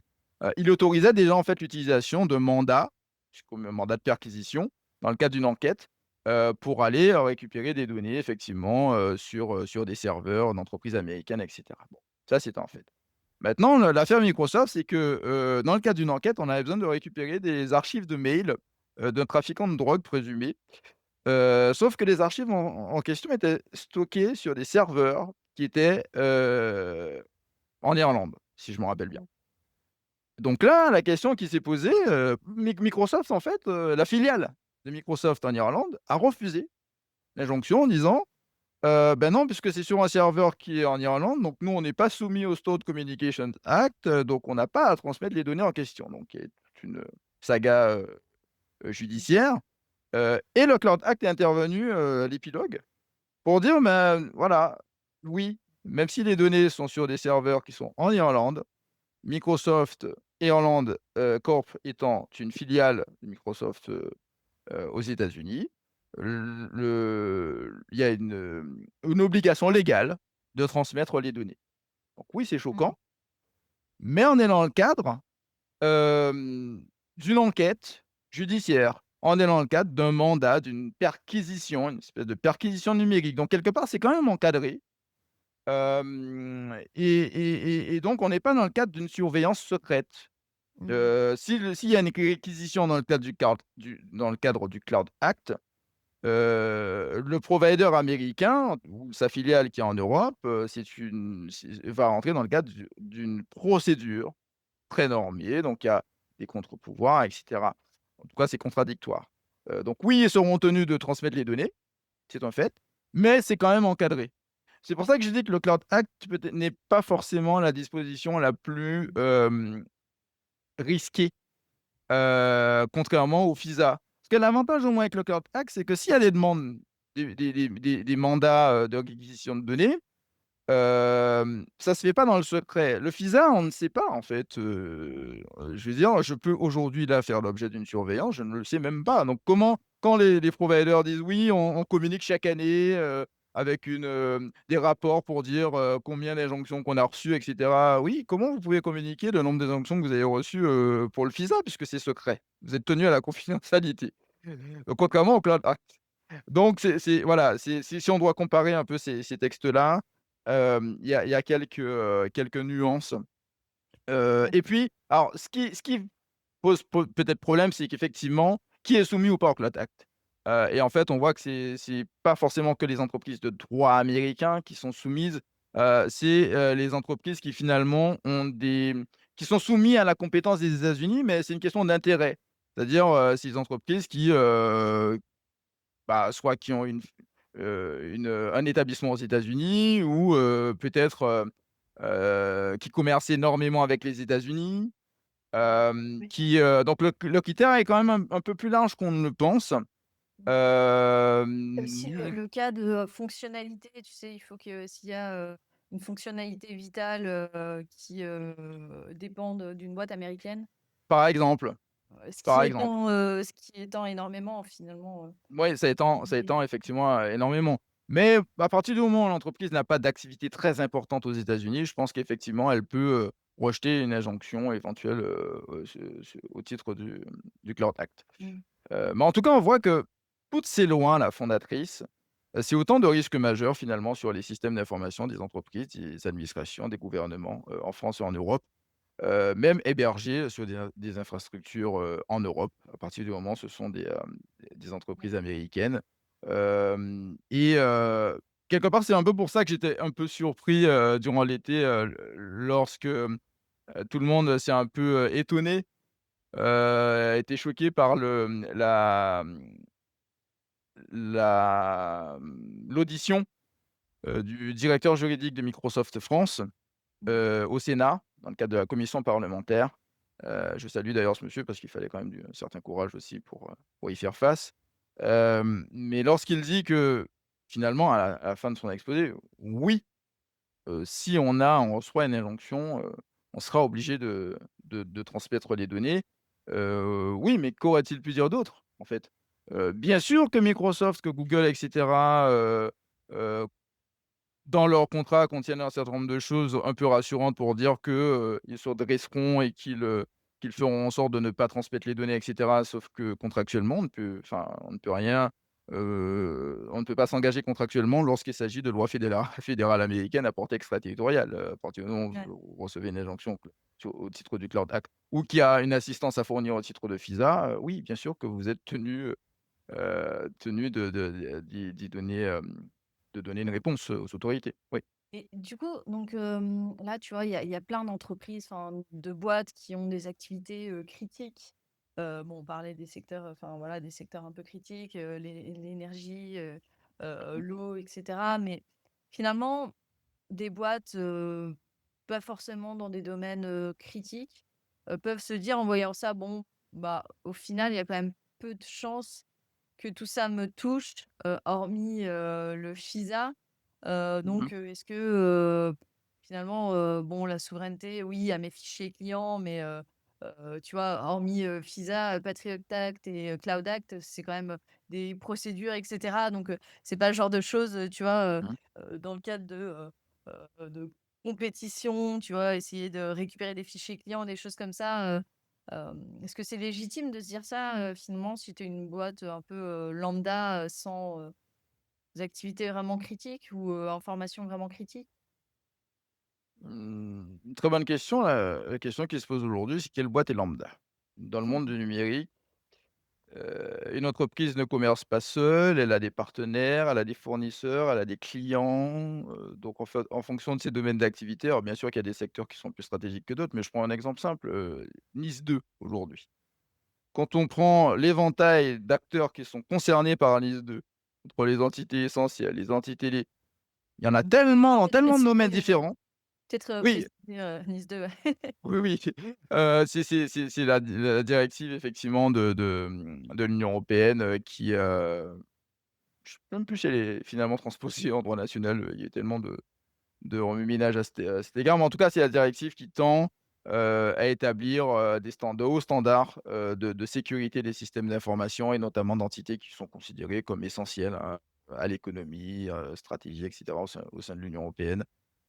Et donc il y a tout un éventail d'entreprises qui sont, concernées, d'entreprises, d'administrations, enfin et cetera, et justement quand on voit ce spectre aussi large, quelle entreprise aujourd'hui, même une collectivité territoriale, n'a pas quelque part une activité, plus ou moins stratégique qui fasse qui fasse qu'elle doit se poser ces questions-là de l'application de lois américaines ou pas? Soit par rapport à ses propres activités, soit par rapport, aux données, de ses clients, de ses fournisseurs, et puis il y a un aspect systémique aussi, c'est-à-dire que on participe tout achat de cloud aujourd'hui participe, à un volet aujourd'hui stratégique et politique. C'est-à-dire qu'à partir du moment où on choisit son fournisseur, on rentre dans une chaîne, de dépendance. De Mmh. dépendance, donc est-ce ou même en tant que patron de PME, par exemple, est-ce qu'on ne doit pas se poser la question, de renforcer la filière européenne, en matière de cloud, par exemple, pour ne pas dépendre, d'acteurs, à l'étranger. Je vais dire, prenons un exemple simple, je parlais des tarifs de Trump. Aujourd'hui, les entreprises qui sont soumises aux droits de douane et cetera. Enfin, il y a tellement de secteurs aujourd'hui où, en tant que dirigeant d'entreprise, on a des questions sérieuses à se poser sur, l'influence des États-Unis, et pas que des États-Unis d'ailleurs, de la Chine, donc ça passe aussi par le cloud. Donc au-delà du risque, primaire d'accès aux données, il y a tout un risque systémique aussi, à prendre en compte. Donc, alors bien sûr qu'il y a des entités qui seront plus concernées que d'autres, et qui ont des données plus stratégiques, que d'autres, ça c'est évident, et ce serait bien déjà que ceux-là se posent les bonnes questions. Mais je pense que c'est un spectre beaucoup plus large. Mmh. Ouais, ouais, ouais. OK. Super intéressant. Donc là, du coup, si on passe, ouais, aux risques concrets pour les infras, numériques, Oui. on passe un peu en fait, en résumé, parce que tu as déjà, Bah, c'est ça, c'est en 2 mots concrètement, on l'a vu, hein, le lieu de stockage, bah, est un critère inopérant, hein, peu importe que les données soient en Europe, hein, ça ne protège en rien. Il y a les risques d'accès, les risques d'accès aux données, pour tout fournisseur, américain, donc ça on a vu de quelle nature sont les risques. Et mmh puis il y a les risques contractuels, que moi en tant que juriste, je connais bien. Mais effectivement, on sait que les contrats effectivement négociés avec les hyperscalers contiennent beaucoup de dispositions qui sont pas très protectrices de nos intérêts des entreprises, françaises et européennes. Ce sont souvent des contrats, d'ailleurs standard, des contrats non négociables, sauf avec les plus grosses entités, hein, mais on est plutôt en mode, take it or leave it, hein, donc où on a peu de marge de négociation. Ensuite, bien sûr, le droit français nous protège aussi, quelque part, sur beaucoup d'aspects. Sauf que quand, les contrats prévoient l'exclusion du droit français, là encore, c'est une question d'extraterritorialité, sauf que là, elle est contractuelle. Quand votre partenaire, quand votre, fournisseur vous dit: «Non, moi, j'applique, société de droit américain, j'applique à notre relation contractuelle le droit américain, le droit californien ou au mieux le droit UK ou irlandais parce qu'ils ont des filiales qui sont basées en Irlande et qu'ils choisissent plutôt le droit anglais parce que c'est de la common law, donc ils connaissent mieux et que, s il y a tout un tas de dispositions qui sont moins protectrices aussi pour les entreprises utilisatrices. Donc ça, ce sont des éléments qui sont essentiels. Hem Heu, les des choses aussi essentielles sur le plan financier, ce sont des contrats souvent parce qu'on parle souvent de prix, d'économie d'échelle, souvent les hyperscalers, ils ont des contrats qui leur permettent des modifications unilatérales des prix. Mmh. Souvent il y a des prix, d'appel là comme ça qui sont un peu, avantageux et puis, après, quelques mois, quelques années, vous prenez des plus 10 plus 20 par-ci, il y a des coûts cachés, et c'est à la guise du provider, en fait, contractuellement, c'est permis, et puis sans parler bien sûr des conditions de sortie, des conditions de réversibilité, qui sont, faramineuses aujourd'hui. C'est plusieurs années, pour sortir de Ouais. contrats comme ça, avec des Et coûts, excuse-moi, là-dessus, j'ai oui, une vas-y. question parce que tu as le, Data Act qui est, passé en application en septembre. Mmh. C'est quoi, la réalité derrière? Donc, bon, Data Act qui, Mmh. normalement doit, justement, porter sur ces sujets de réversibilité, de sortie, Exactement. d'accès à sa donnée. Heu, c'est quoi la réalité? Avec les frais de sortie, ouais. Ouais, avec des mais normalement, je Ou crois que l'absence de frais de sortie. non, je crois que justement sur les frais de sortie, c'est prévu, c'est pas encore en application, mais ça doit Non, évoluer, non, pas encore. pas Ouais. encore? Mais c'est quoi la Non, réalité mais derrière? Mmh. je crois que d'ailleurs, je l'ai mis à la toute fin sur les mesures, les palliatifs, les vrais palliatifs, mais Mmh. effectivement, je pense que c'est important, essentiel pour les entreprises, en France et en Europe aujourd'hui de, se saisir justement de ces lois européennes, Data Act, NIS2, DORA, tiens, dans le domaine financier, pour revoir leurs contrats, revoir les clauses et Si tu veux obliger. expliquer, rapidement, Dora, Oui, DORA qui est un règlement en fait de cyber-résilience, destiné, enfin dans le domaine financier, mais au sens large, hein, banque, finance, assurance, l'Union européenne sait que ce sont des secteurs extrêmement sensibles et stratégiques aujourd'hui, donc il faut que leur système d'information, et leur système de dépendance aussi, et tous les fournisseurs avec lesquels, ces entités-là travaillent, observe un certain nombre de règles de cyber-résilience, de résistance en cas d'attaque et cetera. Donc tous les principes effectivement de cybersécurité, non seulement préventive, mais et aussi, curative, qui sont mmh. dans ce texte et qui s'appliquent, avec un certain nombre d'audits à effectuer de ces fournisseurs et cetera. Et donc justement, ce sont des textes qui sont autant d'opportunités aussi, pour revoir les pratiques contractuelles et obliger aussi, les fournisseurs et même américains, à respecter effectivement ces textes-là, qui prévoient effectivement, de lutter contre les stratégies de rétention, et avec des frais de sortie faramineux, injustifiés souvent, aussi. Alors bien sûr, ils sont, très récents.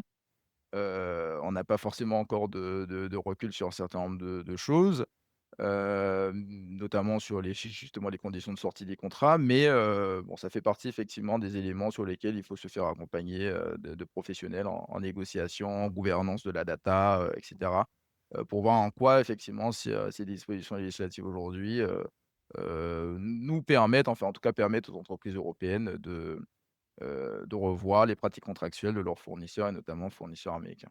OK, super.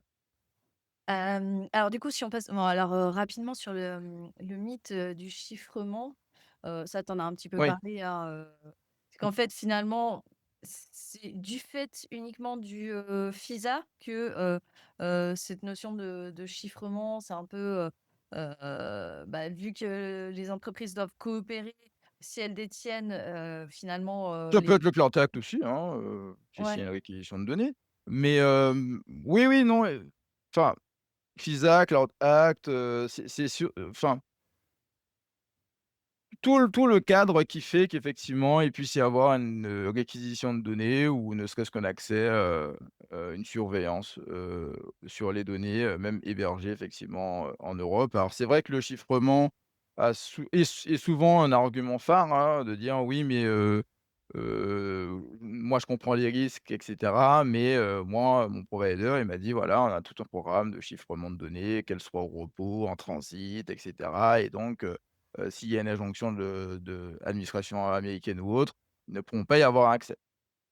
Alors c'est plus compliqué que ça, hein. Alors, je laisserai les experts en parler, sur le plan technique, mais Heu, i si on il y a un élément assez marrant, si on prend l'audition du directeur technique, de Microsoft France, lors de la commission d'enquête du Sénat, hem, il parlait, sur un ton, très assuré en fait, en disant, «Ah oui, mais nous chiffrons les données, au repos, en transit, dans les data centers de Microsoft, avec des clés de chiffrement, des solutions les plus avancées, nous avons des engagements contractuels avec des clés qui ne seront de toute façon pas transmises, à aucune entité» et cetera. Sauf que quand, et c'est le président de la commission a un peu, creusé le sujet avec lui, il lui a dit: «Mais, ah bon, mais, dans tel ou tel cas, on a des affaires où Microsoft a été tenu de communiquer les clés, de chiffrement, notamment à la NSA». Mmh. Et là, beh, là, les débats ont pris une autre tournure. Faut comprendre une chose, c'est quoi le chiffrement? On convertit des données initialement en clair, dans un code qui ne peut être lu que par une clé. Qui détient la clé? Qui fournit la clé? Souvent, les hyperscalers vont, vont proposer, des solutions de chiffrement les plus avancées du marché, à leurs clients, leur disant: «Tout est verrouillé», et aussi il y a des questions d'interopérabilité et cetera. Donc tout est fait pour que le client choisisse finalement ces solutions nativement avec, qui sont en mode package avec, les services de cloud. Sauf que finalement, oui, les lois, qu'on a vues tout à l'heure, s'il y a une injonction quelconque, que ce soit au titre du FISA dans le cadre d'une assistance technique à donner ou dans le cadre d'une réquisition, d'un mandat dans le cadre du Cloud Act et cetera, le fournisseur, de clés de chiffrement sera tenu, dans tous les cas, de donner accès. Donc ça ne répond pas du tout en fait, au risque des lois, américaines. Hem, la question peut se poser si on fait appel à un tiers, de confiance, Mmh. une solution externe, non dépendante, du cloud, de l'hyperscaler. Même si ce n'est pas si simple à cloisonner, il y a des problèmes de compatibilité, d'interopérabilité et cetera. Hem, mais effectivement, on peut réduire le risque, en faisant appel, effectivement à des solutions, souveraines, hein, en tout cas des solutions qui ne sont pas du tout celles des hyperscalers, mais ça pose beaucoup de problèmes d'un point de vue technique.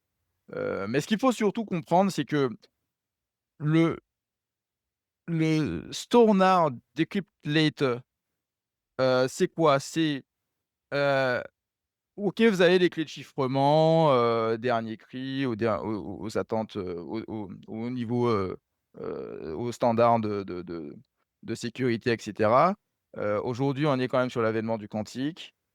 On a un certain nombre d'avancées technologiques qui font que, ce qui ne peut peut-être pas être déchiffré aujourd'hui en 2025 le sera peut-être dans quelque temps et les évolutions technologiques se font de plus en plus pressantes donc ça veut dire quoi? Ça veut dire que les hyperscalers qui ont de toute façon, qui possèdent pas, mais en tout cas qui hébergent les données, on parle quand même de la NSA, d'un certain nombre d'organismes qui, eux-mêmes, techniquement, disposent des meilleurs moyens, des moyens les plus avancés d'investigation. Donc l'analyse de risque, elle ne se fait pas qu'au jour le jour, à l'instant T, elle se fait aussi, en fonction des évolutions possibles, d'un point de vue technologique. Donc ce qui ne peut pas être déchiffré aujourd'hui pourra peut-être l'être demain. Donc c'est aussi cette, grille des lectures qu'il faut avoir. Chiffrement oui, mais par qui? Avec quelle solution? Et surtout en fonction des avancées technologiques, dont de toute façon bénéficieront la NSA et autres. Hem, Est-ce qu'il y aura pas un risque demain, de divulgation de toute façon des données? Donc c'est surtout ça le problème du chiffrement, donc il ne règle pas tout, non. Et juste sur revenir sur cette histoire de clé, donc c'est pas très market practice finalement de dire, on vous fournit, la solution, de chiffrement, mais c'est vous qui gardez la clé, de votre côté? C'est une pratique, je encore qu'elle soit pas si répandue que ça, Ouais. d'ailleurs, enfin selon mes connaissances, après, est-ce que ça règle tout? Parce que il y a qui détient la clé, mais le service de chiffrement. Ouais. C'est surtout ça en fait, la le en fait l'application Mmh. les lois enfin les lois américaines sont faites d'une certaine manière que, hem, c'est une question de device en fait et qui permet ce chiffrement. Donc est-ce que le risque z est-ce qu'il y a un risque zéro parce qu'on détient, on est en possession de la clé? J'en suis pas du tout persuadé. Mmh. Ouais, puis après, il faut avoir les moyens de le sécuriser, chez soi aussi la clé. C'est peut-être ça aussi qui fait que Alors il y a des tas de solutions aujourd'hui, hein, aussi qui sont, qui sont ouais. là pour ça, hein, mais à partir du moment où le procédé utilisé, les logiciels d'encryptation, sont américains, je pense que ça ne règle pas du tout le risque. OK. Maintenant si on passe, aux certifications, donc c'est d'autres mythes encore, enfin parce que tu as cette initiative, d'avoir, la, certification, SecNum Cloud et le Cloud Sovereignty Framework, hem, de la Commission J'ai un européenne. Donc si, on parle maintenant du SecNum Cloud et du Cloud Sovereignty Framework, vaste débat, oui. mais en quoi, alors aujourd'hui, bon, hormis les débats, parce que tu as un sujet sur oui, Secnum Cloud, c'est, en soi, c'est hyper exigeant, c'est Mmh. bien. Alors, est-ce que ça, vraiment, ça immunise? Parce que c'est censé, immuniser contre les lois extraterritoriales et en même temps, bon, en pratique, on sait que tu as un sujet sur, les coûts, en fait, Mmh. hébergement sur du Secnum Cloud et cetera. Mais qu'est-ce qu'il en est là-dessus? Et puis, si tu peux nous parler un petit peu, du, Cloud Sovereignty Framework, aussi? Qui est tout nouveau Ouais, de la commission. Bon, c'est pas tant une certification d'ailleurs, mais ouais. non, c'est vaste sujet en 2 mots, hein, je serai bref. Le Second Cloud, c'est une grande avancée, je pense. Heu et est-ce que ça immunise? Non, et même j'ai, presque envie de dire alors pas du tout, j'irai je bon, c'est un peu fort comme mais il y a des effets presque pervers à cette certification. Alors oui, elle contient des critères très intéressants.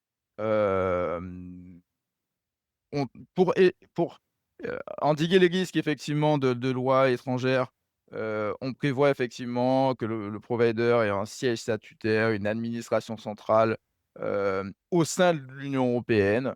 Donc ça exclut, par exemple les filiales américaines. Il y a même un seuil, maximum de capital détenu au sein de la structure, par une entité, étrangère. Donc ce sont des effets effectivement qui tendent à un peu, endiguer tout ce qui est Cloud Act et cetera. Le problème avec cette cloud, c'est que, bah, déjà, la majorité même des administrations publiques, n'en font pas un critère aujourd'hui de sélection, de leur, dans le cadre de leur achat de cloud. Donc est-ce qu'il y a un marché français ou même européen, plus les certifs européennes, c'est un vaste sujet, du Self Cloud en France?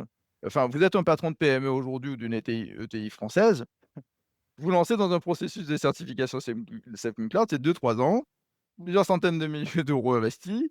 Heu dans le contexte budgétaire qu'on connaît aujourd'hui, alors et vous êtes en concurrence par contre, bizarrement, avec des hyperscalers américains qui arrivent à se faire un marché, en faisant des joint ventures, en faisant des co-entreprises, en s'alliant finalement avec des acteurs français.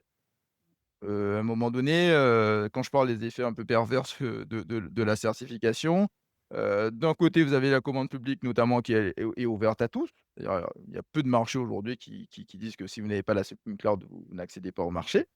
Et puis, quand vous voyez, des candidats à la certification, mais qui sont bien embarqués dans leur processus de certification, comme, l'offre bleue, d'Orange, Capgemini, Microsoft et S3NS avec Thales et Google, heu, ça pose problème pour une certification qui est censée justement exclure quelque part, les grands hyperscalers, américains. Donc en fait, donc oui, oui, c'est difficile d'établir des critères discriminants, c'est ça le problème. C'est-à-dire que quand vous établissez les critères, que vous dites par exemple que l'entité doit être, de droit européen et cetera. Quand vous prenez les co-entreprises en question, oui, ce sont des entreprises aujourd'hui, de droit français ou de droit européen, oui, parce que la participation est extrêmement minoritaire d'un point de vue capitalistique des hyperscalers. Par contre, en termes d'infrastructure, on est toujours sur une vraie dépendance aux infrastructures des hyperscalers, des mises à jour de sécurité, de plein de choses qui ne réduisent absolument pas la dépendance. Est-ce que ça réduit l'extraterritorialité? C'est possible. Ce n'est pas une immunité, mais ça la réduit. Est-ce que ça réduit la dépendance technologique et les risques en termes d'intégrité des données, de sécurité? Pourquoi? Parce que si, il y a une volonté, par exemple politique, de dire à un certain nombre d'acteurs: «Vous ne faites plus de mise à jour, vous ne donnez plus accès à», les risques, ils seront concrets, en fait. Et Ouais, c'est ça. l'ex-DG de l'ANSSI l'a d'ailleurs fait ressortir. Mmh. Donc elle n'est pas idéale, et c'est pour ça que beaucoup d'acteurs, même quelque part souverains, ne tentent pas finalement d'être certifiés. Alors que par contre, ceux qui, à grand renfort de publicité, disent: «On est en cours de certification», ce sont finalement, des Google et des Microsoft alliés à des à des acteurs Ouais, c'est français. ça. Ouais, ouais. Donc voilà, donc c'est un peu compliqué, c'est un peu dommage. Hem, le Cloud Sovereignty Framework, lui, de son côté, bon, il est très récent, c'est pas une certification, mais on voit bien que la Commission européenne, il date d'octobre, hein, a cette volonté aujourd'hui, en tout cas, de dire: «Voilà, on veut définir ce qui est la souveraineté, technologique, en Europe. On veut un cadre, on veut établir des critères». Et ils ont tenu compte notamment des travaux d'Exatrust, en France, du CIGREF et cetera, où voilà, on a posé des critères et il y a une sorte de cadre normatif, une nouvelle doctrine, hein, qui pose même des critères mesurables. Aujourd'hui, la Commission, il y a une espèce de score de souveraineté, heu en tenant compte de critères juridiques, chaîne d'approvisionnement, sécurité et cetera. Le chiffrement, tiens, contrôle des clés de chiffrement, c'est des critères. Hem, mais bizarrement, les aspects juridiques, loi extraterritoriale et cetera, quand on voit le scoring, il pèse pas si lourd, que ça dans la balance. Donc Mmh. je suis assez, enfin, je reste assez, Étonné. limité sur les effets, enfin, on a vu, hein, tous les débats qu'il y a eu sur heu, d'essayer de faire un Sacred Cloud européen. Mmh. On a vu tous les débats et les, querelles aussi, avec l'Allemagne, avec, un certain nombre d'autres intérêts aussi, au sein de l'Union européenne. Donc c'est jamais évident d'exclure au sein de l'Union européenne le, recours en fait de facto, à des, entités américaines. C'est extrêmement complexe et notamment dû au droit européen, à sa structure, à la libre concurrence, à l'ouverture du Mmh. marché, ce serait Ah toutes bah, les ça règles du ça, on en revient un petit peu, ça. Finalement, on commence à comprendre qu'on est les seuls à jouer ce jeu, on commence! et donc Le forcément, C'est un vaste, sujet. Il y a un vrai travail de fond qui est fait au sein des institutions avec un certain nombre de représentants, hein. Je parlais d'Exatrust, par exemple, du SIGREF et cetera. Il y a un vrai travail qui est fait au jour le jour, auprès des institutions européennes pour leur, expliquer ces sujets-là. Mmh. Mais c'est vrai que oui, je trouvais que le framework, bon, c'est intéressant comme initiative, ça va dans le bon sens, mais bon, c'est toujours, enfin voilà, on fait un pas, puis après Est-il contraignant? oui, Est-ce que voilà, c'est ça, quels sont les effets? Non, on n'est pas sur des effets d'annonce, on n'est pas sur une communication, certes, on est sur je crois qu'il devait s'accompagner aussi d'un marché à 180 millions pour ah les oui, institutions de l'UE. mmh, Pourquoi pas? Ça peut être un bon galop d'essai. ouais, ouais. Non, mais ça donne un petit peu déjà, ça met le sujet sur la table et puis, après quand Voilà. je s enfin, le scoring, il faut voir en pratique, à quel point il est, utilisable et enfin ce que ça vaut, quoi. Mmh. Mais Exactement. et donc du coup, bah, ça bon, pour revenir, on en a parlé, hein, déjà, projet, bleu, essence, sur, bah, les limites, des, joint ventures. Donc tu disais, eux, ils sont en cours de certification, SecNum Les 2. Cloud et Il y en a un qui est plus avancé que l'autre, je sais plus lequel, mais les 2 ouais, sont en cours. Je pense qu'ils sont bien embarqués, hein, parce que c'est que Cloud, il y a différents jalons et quand on passe les premiers, il faut déjà que l'ANSSI valide la stratégie et apparemment pour les 2, elle a validé la stratégie. Donc après, il y a tout un tas d'audits à mener, hein, mais je pense qu'ils sont quand même bien embarqués. Ils n'ont pas été de facto exclus par l'ANSSI. Moui, le problème c'est bon, en 2 mots, encore, les hyperscalers ont tout fait pendant ces dernières années, pour, montrer un peu patte blanche en Europe, en construisant des data centers, en France, en Europe et cetera. Là, ils ont compris que tout le monde commence à comprendre que peu importe que les données soient hébergées physiquement en Europe, il y a tout de même des risques qui sont notoires. Donc ils ont encore une fois adapté leurs offres. Hem Et innover parce que oui, c'est vrai que c'est quelque part innovant, de faire appel à des acteurs français, mmh, pas qu'en France, hein, puisqu'il y a ces programmes-là existent aussi dans d'autres pays d'Europe. Ils ouais, se sont alliés à d'autres partenaires, notamment en Espagne. Italie aussi. Mais ouais, exactement, pour conquérir les grandes entreprises et grandes administrations en France, en Europe, bon. Ouais. Le problème, c'est que Ce qui est dommage, c'est que tu vois, tu as, EDF, qui a signé, donc oui, un partenariat, là où, finalement, tu as quand même aussi des acteurs européens qui auraient pu faire le job. mmh Bon après, on sait c'est un que message qui est envoyé, oui, effectivement. En plus, ce exactement. sont les infrastructures les plus critiques, hein, Ouais, c'est ça, d'EDF. c'est Pareil. ça, mais c'est Oui, oui, c'est quand même grave, hein, heu, moi ça m'a ouais, c'est un signal qu'on donne. En fait, moi, le problème avec ces coentreprises, au-delà de l'aspect extraterritorial ou pas, les risques, oui, bien sûr, les risques demeurent, mais bon, il faut une analyse poussée aussi, hein. Je connais pas le fond du dossier, hein, puisque mais c'est aussi quel signal on donne? En fait, est-ce qu'on réduit notre dépendance en faisant appel finalement, même si on parle d'un cloud qui est managé, qui est opéré, qui est administré par des équipes françaises, d'entreprises françaises et cetera, sur une infrastructure d'un hyperscaler, ça ne réduit absolument pas la dépendance. mmh, L'une des grosses problématiques qu'on a, hem, comme je disais, l'ancien DG de la directeur général de l'ANSSI le disait. Si demain les fournisseurs de la technologie américaine, ils décident pour X raison, injonction de Trump ou autre, de ne plus fournir la technologie, ces systèmes-là, ils s'effondrent. Lui il disait: «On parle de jours, peut-être de semaines, mais pas d'années». Donc le risque, il reste conséquent. mmh, C'est pas qu'une question de loi extraterritoriale et puis quel signal on donne à l'industrie, française et européenne du numérique? clairement. Hem On parle souvent de subventions. Les entrepreneurs dans le numérique ne demandent pas de subventions, ils demandent des marchés, ils demandent un marché. C'est ce qu'on a vu auprès des entrepreneurs qui ont été, entendus à la commission d'enquête du Sénat. J'ai accompagné d'ailleurs, Antimeta dans le cadre de cette enquête. Ils ont dit: «On veut un marché. Nous, on ne veut pas d'argent public. On veut des contrats». C'est ce qui permet en fait à faire émerger, Mmh, des entités européennes, hem qui scale en fait, qui grandissent et donc quand vous avez un EDF, quand vous avez, qui font appel en fait à ces joint ventures, Bah, c'est un très mauvais signal, en fait, donné, à toute l'industrie, française et européenne qui tente de se développer dans le cloud. Ça veut dire qu'il y a pas d'alternative, alors qu'en fait, il y a des alternatives, mais il faut leur donner des marchés, en fait, ces entreprises-là. Mmh. Donc je pense que c'est surtout un très mauvais signal, stratégique qui est donné.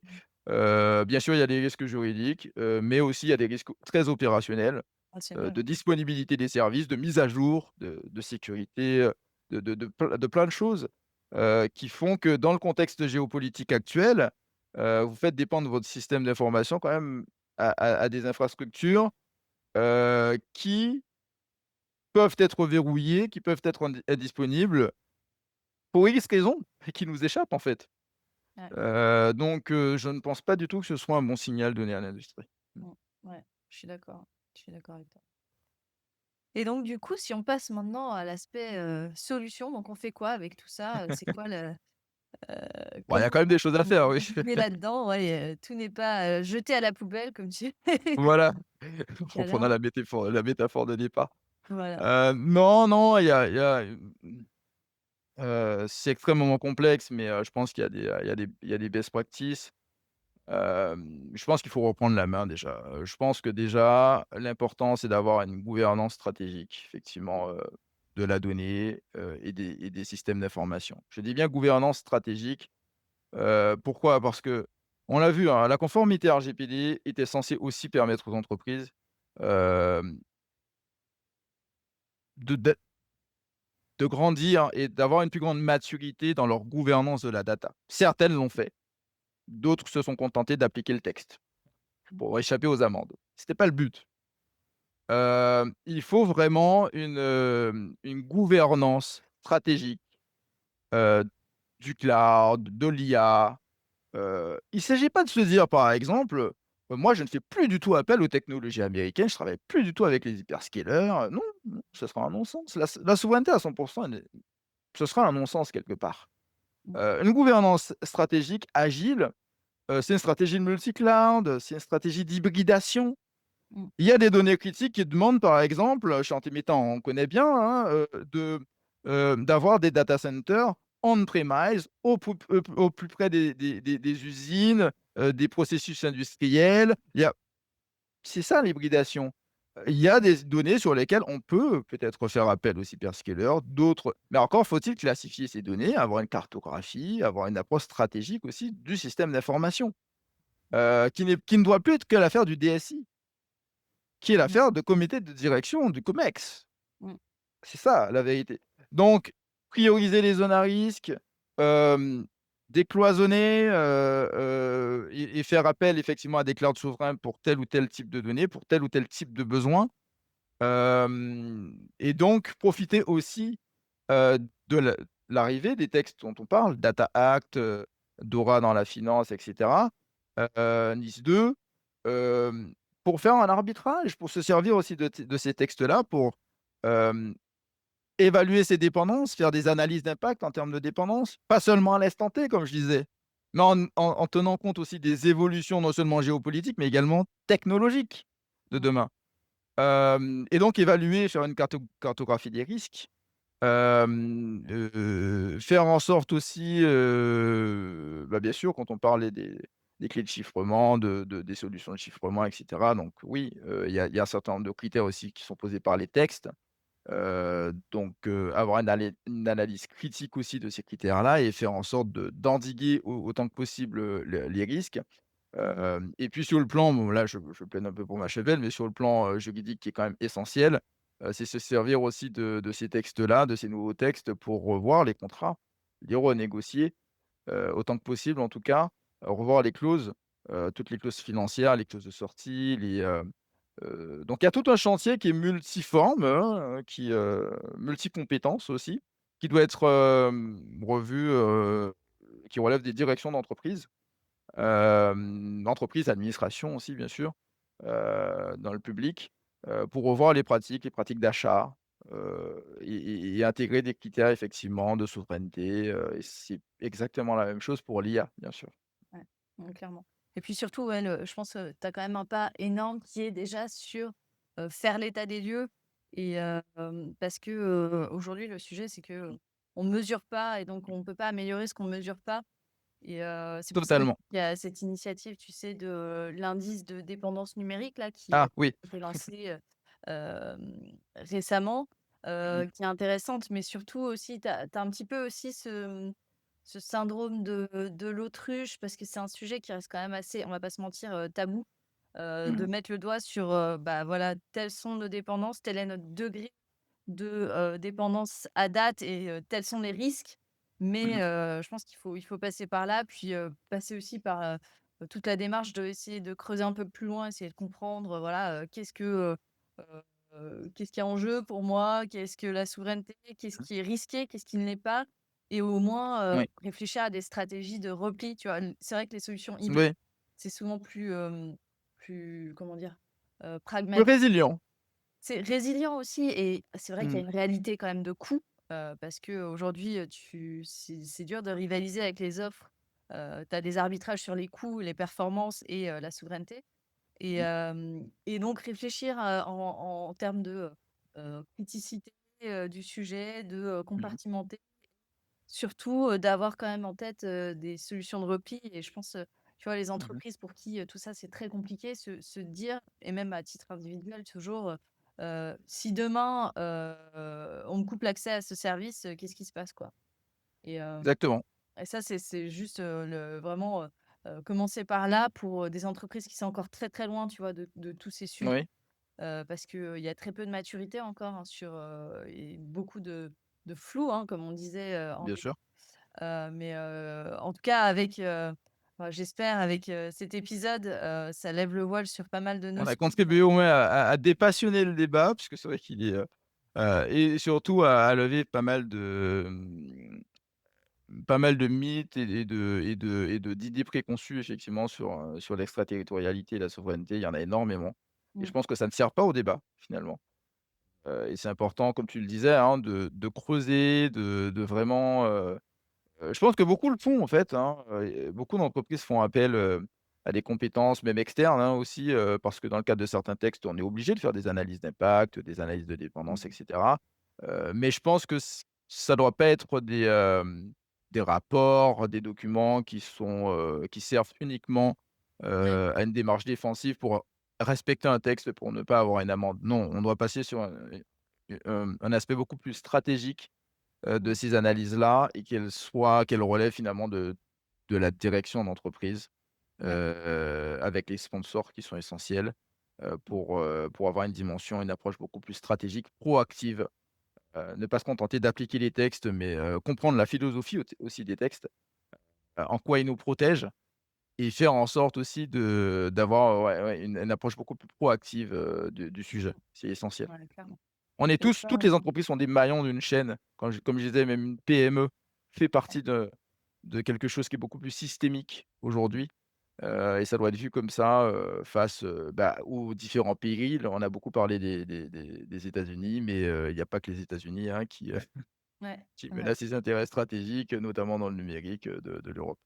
ouais, ouais, c'est vrai et tu vois, je vais juste partager une conviction personnelle que j'ai aussi sur, la dimension cloud.